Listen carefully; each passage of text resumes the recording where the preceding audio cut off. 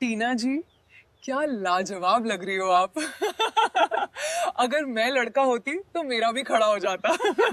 आज तो अरे यार, जहाँ मैं पानी पूरी खाती हूँ उस अंकल का नल ही पानी टपकाने लगता है। मुझे देख के तो आपको तो फीलिंग आना नॉर्मल ही है। आपको देख के तो मेरे नल से पानी निकल गया यार। बेचारे अंकल की क्या ही गलती है, आखिर उनको भी तो फीलिंग आती है ना। हाँ, लेकिन अपनी फीलिंग को ऐसे पब्लिक में तो कंट्रोल रखना चाहिए ना। उनकी वजह से आसपास के लोग मुझे घूरने लगते हैं। हाँ यार, ये बात तो सही कही आपने। थोड़ा अजीब तो लगता है। वैसे टीना जी, आने में कुछ तकलीफ तो नहीं हुई?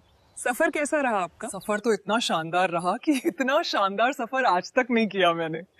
क्योंकि चलती ट्रेन में ही जिंदगी के मजे लिए हैं एक हैंडसम के साथ। चलती ट्रेन में मजे मतलब मैं समझी नहीं।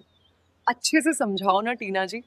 वैसे भी बहुत दिन हो गए कोई अच्छा सा गंदा वाला किस्सा सुने हुए। तो पता ही है, मेरी नाइट की ट्रेन थी, तो मैं रात को 11 बजे ट्रेन में चढ़ी थी। मेरी स्लीपर नीचे वाली थी और जस्ट सामने की स्लीपर में एक लड़का था। बाकी सब लोग सो चुके थे, केवल वो ही जाग रहा था।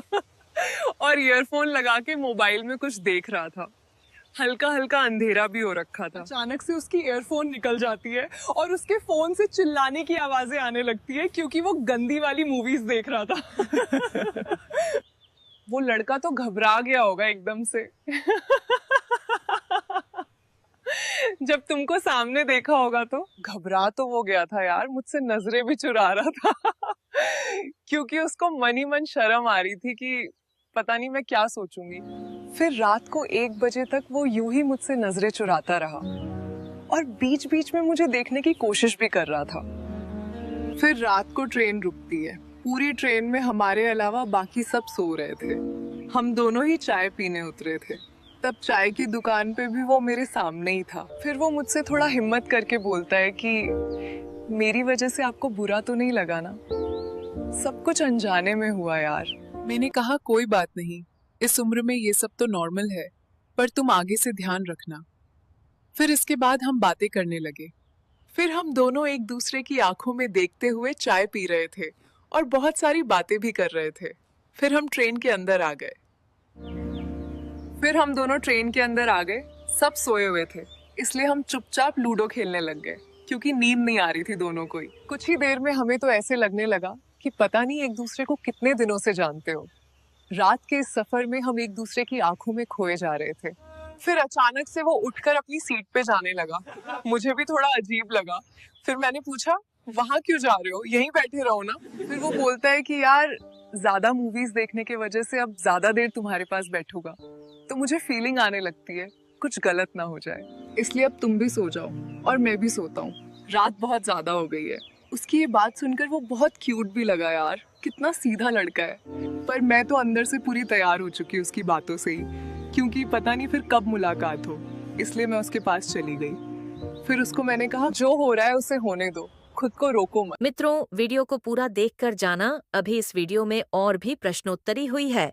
उन प्रसन्न उत्तरों को सुनकर आपको कुछ सीखने को मिलेगा। तो दोस्तों, अब वीडियो को अंत तक जरूर देखना और हमारे चैनल को सब्सक्राइब करना बिल्कुल मत भूलना। तो आओ, आगे के प्रश्न उत्तर हम आपको इस वीडियो में सुनाते हैं कि कौन से वह प्रश्न उत्तर हैं। और ना ही मैं रुकना चाहती हूँ, मैं इस सफर को यादगार बनाना चाहती हूँ।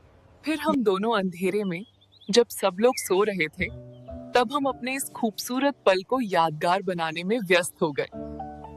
दोनों एक दूसरे के होठों पर प्यार से किस किए जा रहे थे। ऐसा लग रहा था मूवी मोबाइल में नहीं, ट्रेन में चल रही हो।